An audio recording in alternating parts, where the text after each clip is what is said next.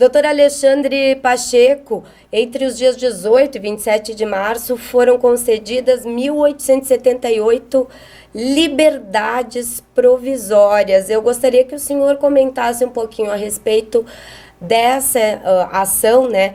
Era em relação à questão do coronavírus. Comenta um pouquinho para a gente a respeito dessas decisões, doutor. Pois não, Melissa. Os juízes do Estado do Rio Grande do Sul, em razão da recomendação 62 do CNJ, que recomenda a análise, a possibilidade de prisão domiciliar, essa altura de alguns presos incluídos em grupo de risco e também presos de regime aberto e semiaberto, e também nós podemos incluir mulheres gestantes e lactantes.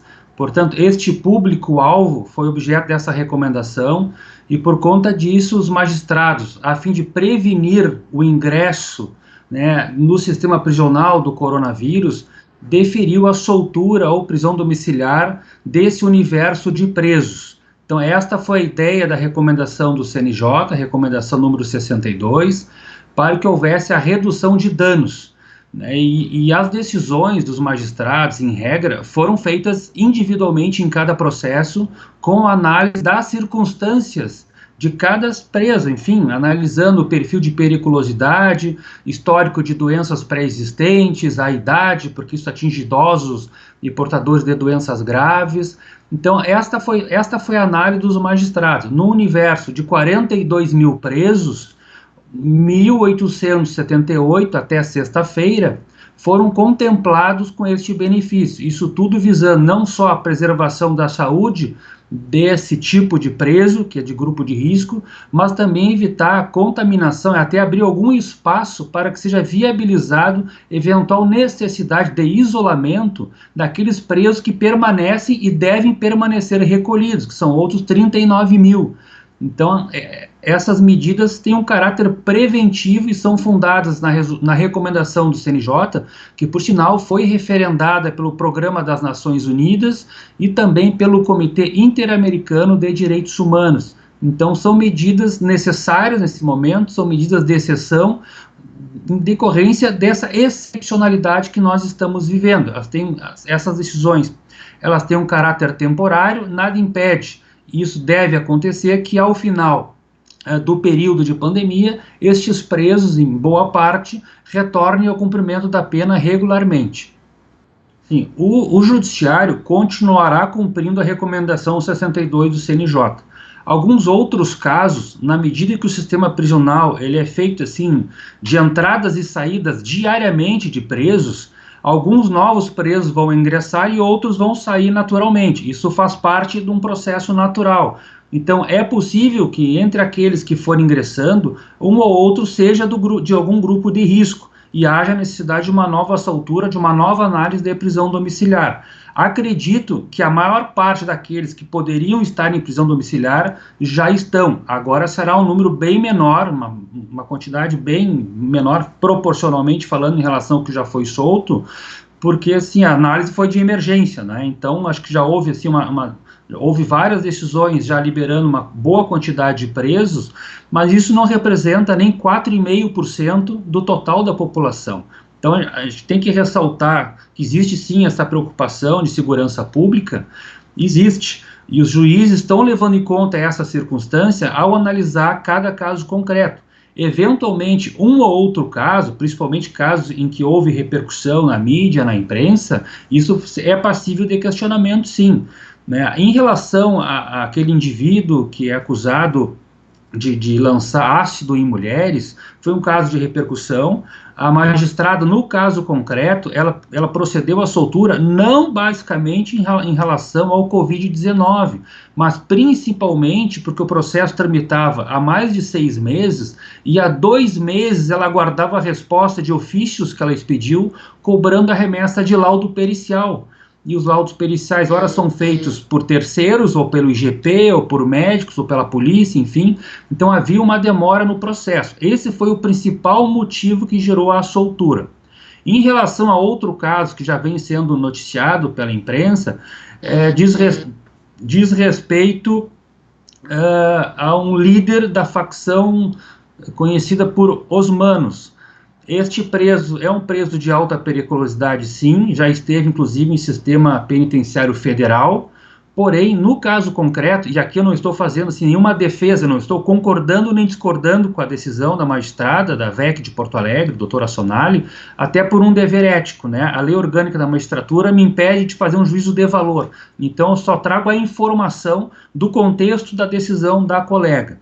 Enfim, então a magistrada proferiu sim essa decisão, considerando prisão domiciliar a este preso, que seria um preso de maior periculosidade, isso não se discute, porém, nas circunstâncias do caso concreto, ela levou em conta que esse indivíduo, ele padece de uma doença neurológica grave. Este preso vinha sofrendo desmaios recorrentes dentro do sistema prisional e apresentando um quadro de dor em grau 10, que é aquele grau máximo de dor que o ser humano pode suportar, e fazia uso, inclusive, de morfina.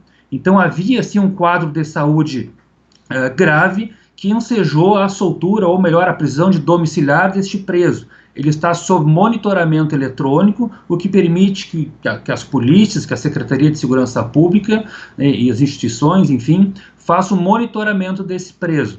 Claro que toda decisão dessa natureza, ela tem um risco. Aliás, isso vale para todas as 1.878 decisões, porque os magistrados, por mais criteriosos, por mais prudentes e responsáveis que sejam, nós não temos bola de cristal. Nós fazemos uma decisão com base em uma probabilidade, um juízo de valor conforme aquilo que se apresenta no processo. Então, eventualmente, um ou outro preso desse pode sim, claro, voltar para o sistema prisional com outro delito, assim como também pode, e a gente espera que seja a maioria, também não retorne com novos delitos. Sim, as visitas aos presos, elas já foram suspensas desde a semana passada. O que se está permitindo até o presente momento, isso foi negociado com os presos pelas autoridades públicas, é o ingresso daquela chamada sacola, que é composta por mantimentos, materiais de higiene, materiais de subsistência, tudo aquilo que o Estado não consegue fornecer à população prisional, as famílias precisam fornecer.